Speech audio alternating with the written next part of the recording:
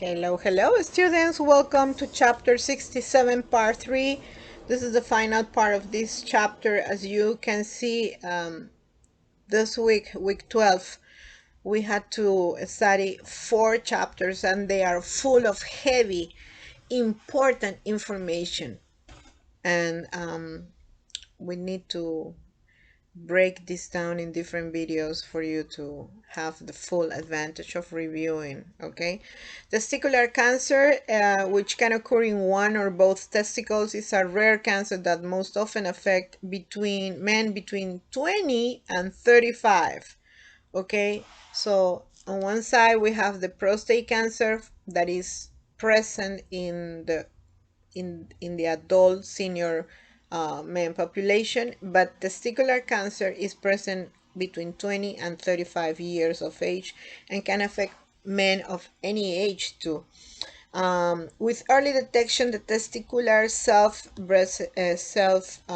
examination, with early detection by testicular self-examination, testicular cancer has a greater than 95% cure rate. Has a greater than 95% cure rate. Oh, great. Primary testicular cancers fall into two major groups. You have the germ cell tumors and the non-germ cell tumors. Testicular germ cell tumors are classified into two broad categories. You have the germ cell tumors and others. The most common type of testicular tumor is seminoma. Patients with seminomas have the most favorable prognosis because the tumors are usually localized, metastasize late, and respond to treatment. So the risk for testicular tumors is higher in males who have a undescended testis, which is called cryptorchidism, human immune deficiency, HIV infection, or acquired immune deficiency syndrome, frequent use of marijuana, or history of testicular cancer. And all this paragraph is good to know. That's good to know. What are the risk factors for testicular cancer? Let's talk about genetics, family history of the disease. Look at this. Identical twins, brothers, and other close male relatives, Caucasian men are a higher risk for testicular cancer than men of other races or ethnicities. Okay, patient and family education. You have to prepare for self-management. You have to teach the patient testicular self-examination. Okay, it's better if a male nurse teach this. And you can go through the step-by-step. Now, assessment of these patients, you have in the history, you need to ask for presence of an undescended testis and a family history of testicular cancer. The most common report is a painless hard swelling or enlargement of the testicle.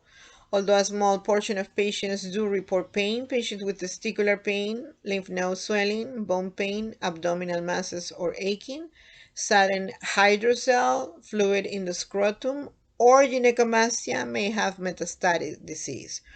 Determine and document how long any signs and symptoms have been present. For how long? That's important. And you can use your old card mnemonic that I gave you in previous weeks to assess for the onset, the duration, etc., etc. Questions about sexuality and reproduction are important. If the man has one healthy testis, he can function sexually. If he has a retroperineal lymph node resection or chemotherapy, he may become sterile because of treatment effects on the sperm producing cells or surgical trauma to the sympathetic nervous system resulting in retrograde ejaculation. Therefore, collect information regarding whether the patient is sexually active, whether he wishes to have children in the future, and if so, if he would be interested in learning about sperm storage in a sperm bank. And that's good to know. Sperm storage in a sperm bank. This is critical. Okay, you don't want to have a patient going for a procedure and then he's gonna figure out later, post procedure, that this opportunity was not given to him to storage his sperm. Okay, physical assessment. The testes, lymph nodes, and abdomen should be examined thoroughly, of course. Psychological assessment. Sexually is likely to be a prime concern for any patient, yet it may be even concerning for younger men who may have a fear of not being able to perform sexually or father children. So here you have the classification of testicular tumors. As we spoke, we have the germ cell tumors and the non-germ cell tumors and mixed tumors. Um, and now we have a kind of brochure of how to do the monthly self-exam, and is showing with images that the nurse can use to teach the testicular cancer self-examination, the testicular self-examination. Okay, now we are going to talk about patient and family education, preparing for self-management, sperm banking. No one knows how long sperm can be stored successfully, but pregnancies have resulted from a sperm stored for longer than 40 years. So this must be mentioned to the patient, right? When you speak about storage of a sperm, it's part of the teaching. Diagnostic assessment, common serum tumor markers and other diagnostic methods that are used when formulating a diagnosis of testicular cancers are your alpha fetoprotein, your HCG, your beta human chronic gonadotropin, lactate dehydrogenase, LDH, is present in many cancer diagnoses. Scrotal ultrasound, chest X-ray, CT of the chest, CT scan of the abdomen, MRI of the brain. Intervention, the incidence of oligospermia, low sperm count, and azoospermia, absence of living sperm, is common in patients diagnosed with testicular cancer. So either you have low or you have none. In the pre-treatment phase, review the normal reproductive function as well as possible effects of cancer and its treatment on reproductive function. So known surgical management, chemotherapy or radiation, we know it depends on the on the extension of the disease. Surgical management is the main treatment for testicular cancer. For localized disease, the surgeon performs a unilateral orchiectomy or remove the affected testicle, which is usually curative. And let's watch a video about orchiectomy. How is this done? Okay, let's see.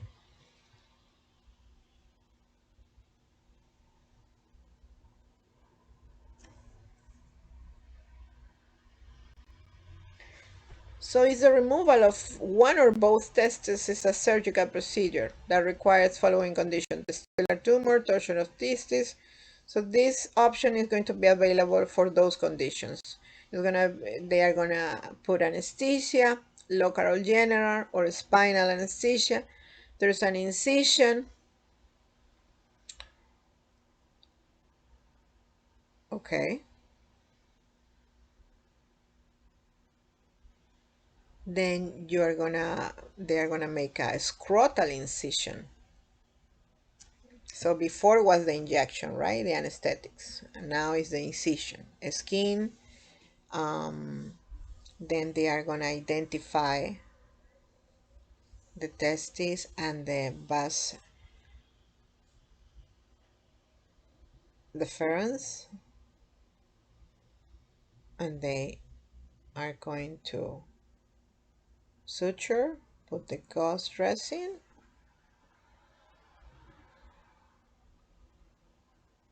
Okay.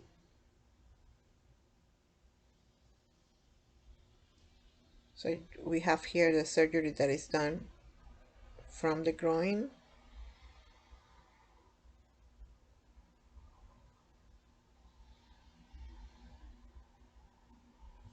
Thank you so much.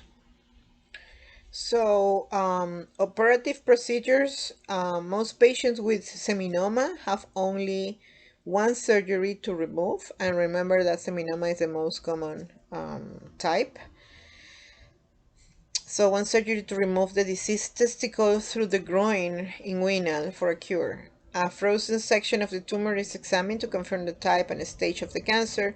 A saline-filled silicone prosthesis may be surgically implanted into the scrotum at the time of the orchiectomy or later if the patient desires. This type of reconstructive surgery gives the appearance of having two testes. With one functioning testicle, the man is still able to achieve an erection for sexual intercourse. So there are two things that I need to clarify. So one thing is the performance of the sexual activity, and the other one is if he's going to be able to reproduce. Okay, so in terms of performance, with this procedure, he's gonna be able to perform. There's no problem with her sexual activity. In terms of reproduction, that's why we are telling the patient to storage sperm. Okay, probably he's not gonna be able to father children later. Some men have more advanced disease or tumor types than are other that are more aggressive. The preferred method to address this is laparoscopic retroperitoneal lymph node dissection, which is minimally invasive surgery. Here we have your NCLEX question. Which assessment finding will the nurse report to the healthcare provider for a client who had a orchiectomy and laparoscopy radical retroperitoneal lymph node dissection this morning? What do we need to report? Do we need to report the blood pressure? Do we need to report the urinary catheter drainer, clear yellow urine, which is normal? Expresses fearfulness of inability to perform sexually, or we need to report a pain of 9 on a 0 to 10 scale after receiving pain medication. Care coordination and transition management. After an open orchiectomy, the patient is discharged without addressing on the inguinal incision as long as there is no wound complication. A scrotal support may be needed for several days.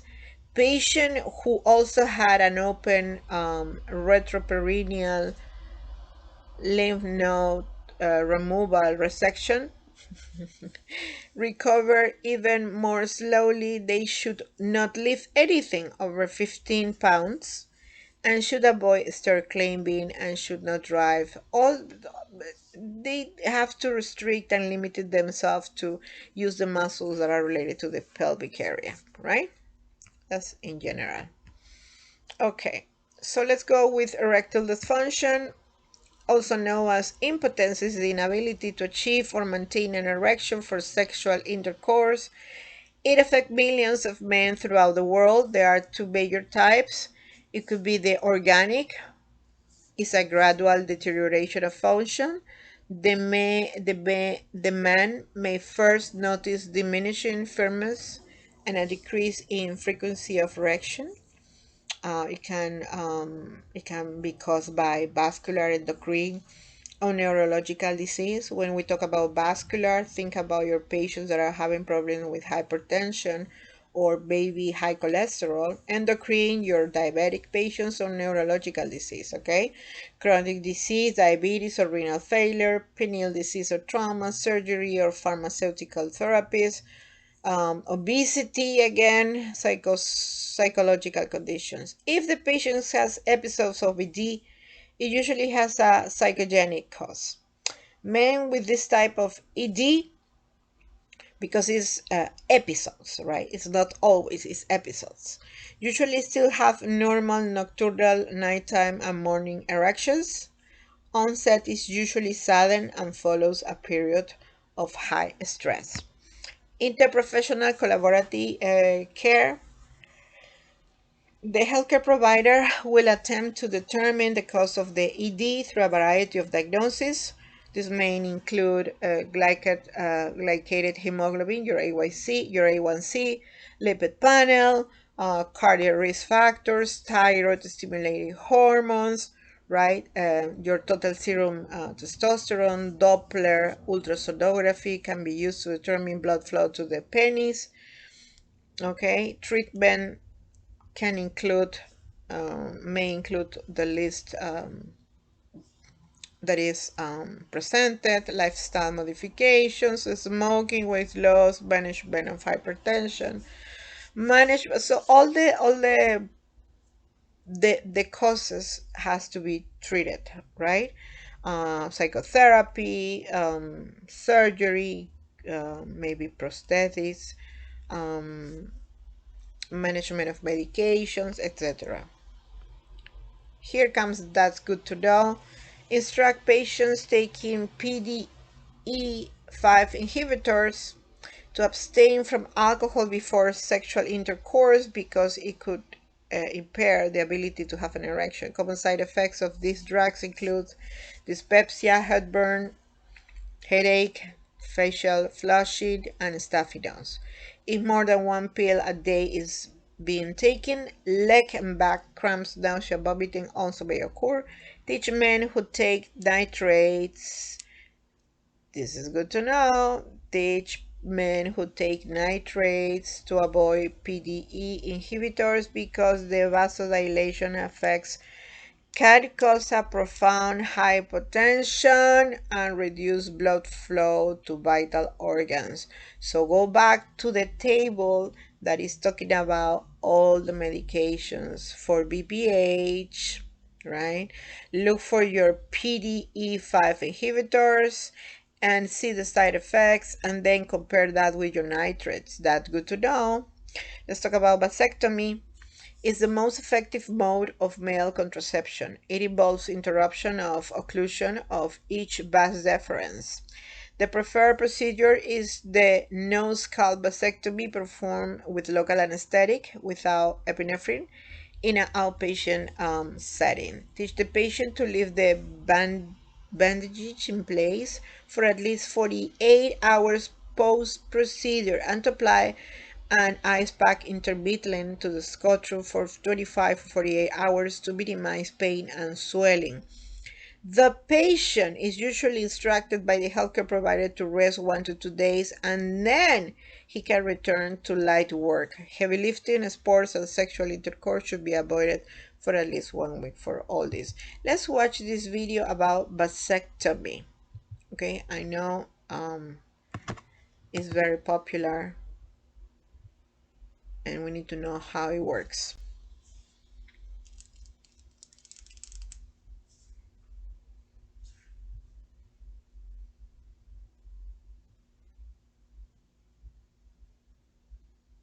A vasectomy procedure is a permanent method of birth control for men, where the surgeon cuts and seals off a section of the male reproductive tract in order to prevent sperm from exiting the man's body during ejaculation. Okay. A man's reproductive system includes the testes, two oval-shaped structures in which sperm, a man's reproductive cells, are produced. Leading from each testicle is the vas deferens, a tube that carries sperm to the urethra, a channel in the penis that transports urine and sperm. During ejaculation, each vas deferens propels sperm through the seminal vesicles and the prostate gland, structures that provide liquid nourishment and transport for the sperm. Now called semen, this combination of sperm and supporting fluids continues its journey through the urethra and is ejected out of the penis. During intercourse, the semen passes into a woman's reproductive system where the sperm can meet and fertilize an egg. If you don't want to impregnate a woman, you may choose a birth control method from one of several categories: abstinence to completely avoid pregnancy by not having sexual intercourse, contraception to temporarily avoid pregnancy through use of various methods during sexual intercourse, or sterilization to permanently avoid pregnancy by having a medical procedure. Vasectomy is one form of sterilization. Before the procedure begins, you will be given injections of a local anesthetic to numb the area. In a conventional vasectomy, a scalpel will be used to make a small incision on one side of your scrotum, the thin skin pouch that houses the testicles. Your physician will locate the vas deferens and lift it through the incision. At this point, you may feel a pulling sensation. The vas deferens will be cut and a small piece may be removed. Next, the newly cut ends of the vas deferens will be tied, sealed with surgical clips, or cauterized. The vas deferens will be returned to the scrotum and the incision closed with stitches. The same steps will be repeated on the other side of the scrotum. This procedure takes about 30 minutes. In the non-scalpel method, your doctor will use a special ringed instrument to hold and expose the vas deferens. From this point on, the procedure is the same as the conventional vasectomy. This method is usually associated with faster healing and fewer complications, and is just as effective as the conventional method. Immediately following either procedure, you will be asked to rest at the doctor's office for a short time. The incisions will heal in a few days, with little or no scarring. After your procedure, you will need to limit your physical activity for 1 to 2 days. You will not be able to shower for 24 hours. You will need to avoid lifting heavy objects, performing hard labor, and exercising strenuously for 5 to 7 days. You will need to avoid sexual activity for 7 days. Thank you so much. It was very nicely explained.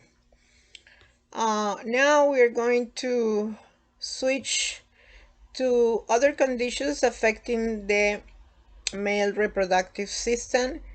That includes inflammation, infection, swelling, trauma, and torsion. So here you have your list, okay, of select treatment options for erectile dysfunction. You have your PDE5 inhibition drug therapy. What I will recommend it to remember is when taking sildenafil or this your Viagra, sexual stimulation is needed within half to 1 hour to promote the erection. Okay, you can check all these different factors in the table. Now, there are other conditions affecting the male reproductive system. They have classified this condition based on the emergency factor. So you have the hydrocele is swelling of the scrotum where fluid has collected around one or both testicles, and treatment is usually not needed unless the condition becomes painful, in which at certain point patient will need surgery. Then you have the spermaticele, then you have the varicocele, okay, and then we are going to switch to the conditions that are emergency, right? Paraphimosis, the foreskin of a uncircumcised male cannot be pulled over the penis tip, resulting in the foreskin becoming stuck, impeding blood flow to the penile tip and lymphatic drainage. This is an emergency. This is a urologic emergency, and treatment can be manual or surgical in nature. Topping antibiotic will be given. Following reduction of the paraphimosis, this should be applied as directed. Then you have the priapism. Priapism is a persistent painful erection, frequently more than 4 hours, not associated with sexual stimulation. Is common in patients with sickle cell disease and can be caused by certain drugs. Okay, so depending on the presentation, they need also to look for medical therapy, which involves injection of a simple sympathomimetic drug into the penis without aspiration of blood to decompress the corpora. Surgical intervention includes placement of a shunt to treat this condition. Then you have this testicular torsion. Twisting of the spermatic cord that results in ischemia from decreased arterial flow, inflow of venous, outflow obstruction. I've seen one case in my entire career of testicular torsion. This is a urologic emergency. Seek emergency immediately because damage may be irreversible after 8 hours. I've seen this. Everybody was running in the hospital. Epididymitis is another condition. It's inflammation of infection of the epididymis, often caused by Neisseria gonorrhea or chlamydia, your STDs. Take the full course of antibiotics. Even if you begin to feel better, elevate the scrotum and apply as intermittently. If there is pain, right? You can take an NSAIDs. Always use a condom when engaging in sexual intercourse. Phimosis is tightness that results in the inability to retract the foreskin. Teach proper hygiene is important, and I would say hygiene is important for all the conditions. Topical corticosteroids may be prescribed. Circumcision may be recommended by the healthcare provider. Very good. So I think um,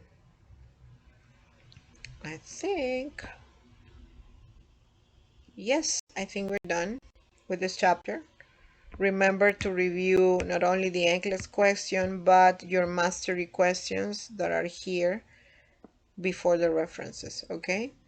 Thank you so much. And we have completed all the material, the extensive material for week 12.